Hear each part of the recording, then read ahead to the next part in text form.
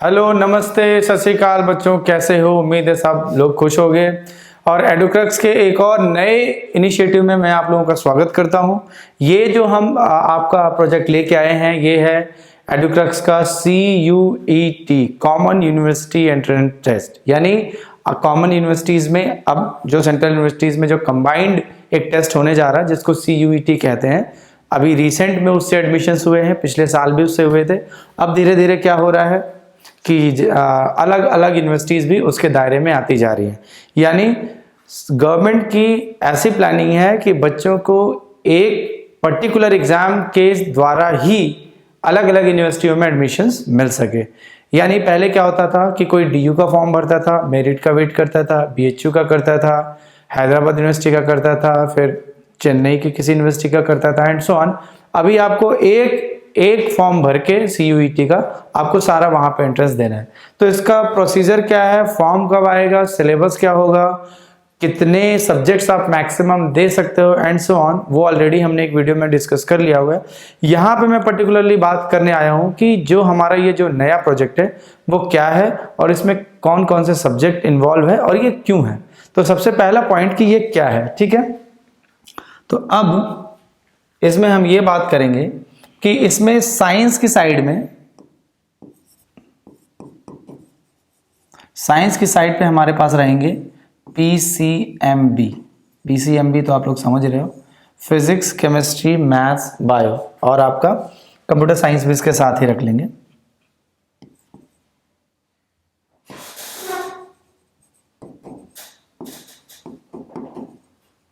ठीक है। और हमारा जो आर्ट की साइड रहेगा, क्योंकि यहाँ पे बहुत सारे सब्जेक्ट हैं तो सारा मैं नहीं लिखूंगा। इकोनॉमिक्स, उसके बाद हमारा हिस्ट्री, ज्योग्राफी, ETC एटसेट्रा। तो हम अप्रोक्सीमेटली अभी आई गेस 23-24 सब्जेक्ट्स हैं। धीरे धीरे और सब्जेक्ट्स भी हो सकता है बढ़ जाएं। तो ये सारे के सारे सब्जेक्ट मैं आपको एडुक्रक्स इस CUET वाले नए प्लेटफॉर्म पे आपको प्रोवाइड करूंगा, सबके लाइव और रिकॉर्डेड वीडियो।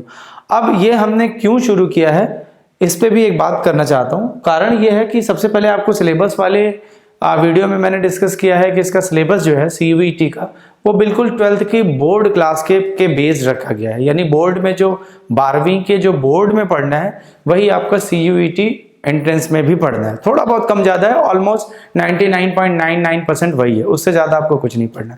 फिर मैंने आखिर में इंटरनेट पे, यूट्यूब पे, वेबसाइट वगैरह पे सर्च किया कि भाई देखा जाए कि फीस कितनी है इन कोर्सेज की, क्योंकि इसमें ज़्यादातर गाँव का बच्चा भी होता है, शहर का भी बच्चा होता है, सिटी का भी होता है, बड़े शहरों का भी होता है। लेकिन ज़्यादातर बच्चे जो होते हैं थोड़ा सा गांव के, तो वो ज़्यादा फीस अफोर्ड नहीं कर पाते। तो मैंने थोड़ा सर्च किया कि डिफरेंट जो बड़े बड़े प्लेटफॉर्म्स हैं उनकी फ़ीस कितनी है।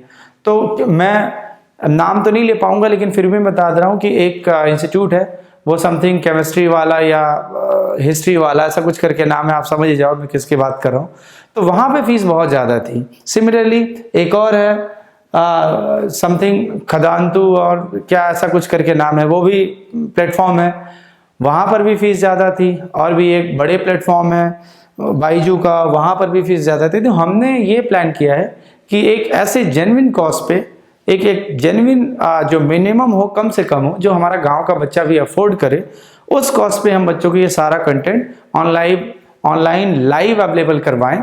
ठीक है, ताकि बच्चा घर से आराम से इसकी तैयारी कर पाए। ये रिकॉर्डेड वीडियो भी हैं, लाइव वीडियो भी हैं, ताकि बच्चे को कहीं कि CUET की एटलीस्ट कोचिंग के लिए कहीं आना ना पड़े। और इसमें एक चीज़ मैं और ऐड कर दे रहा हूँ, जो इसमें सारा कोर्स डिजाइंड है वो 12th प्लस CUET के हिसाब से है, 12th प्लस CUET। क्योंकि CUET में ट्रू फॉल्स टाइप के मैच द फॉलोइंग और इस टाइप के क्वेश्चंस रहते हैं, MCQ रहते हैं। ठीक है। अब यहाँ पर जो हमारा 12th होता है ये पूरा सब्जेक्टिव बेस्ड होता है, यानी डिस्क्रिप्टिव आंसर्स लिखने होते हैं। तो सबसे पहले हम NCERT को ही हैंडल करेंगे। जैसे मैं मैथ्स की बात करूं तो मैंने कोई एक चैप्टर उठा लिया, मान लो मैंने एक मैट्रिक्स का चैप्टर ले लिया। ठीक है। तो मैट्रिक्स में सबसे पहले मैं NCERT के बेसिक कराऊंगा, फिर उसके बाद NCERT की एक्सरसाइज कराऊंगा। इतना हो गया स्टेप 1। स्टेप 2 में इन सबके लिए मैं ओवरऑल एक समरी बनाऊंगा। ठीक है। अब यहाँ से हमारा शुरू हो जाएगा CUET का। चैप्टर की एक छोटी फॉर्मूला समरी, उसके बाद जो रिलेवेंट MCQ बन सकते हैं उस चैप्टर पे वो CUET के लिए पढ़ाए जाएंगे। ठीक है, तो यानी हमारा पूरा प्लान है, जो विजन है 12th और CUET को एक साथ हमें हैंडल करना है। ऐसा तो है नहीं कि कोई बच्चा 12th कर लेगा तो उसको आगे ग्रेजुएशन नहीं करनी है, ग्रेजुएशन तो सबको करनी है। तो इसलिए कि आप ऐसा भी नहीं कर सकते कि 12th अलग से बना ले 50 घंटे का कोई कोर्स, CUET का 50 घंटे का कोर्स अलग से बना ले।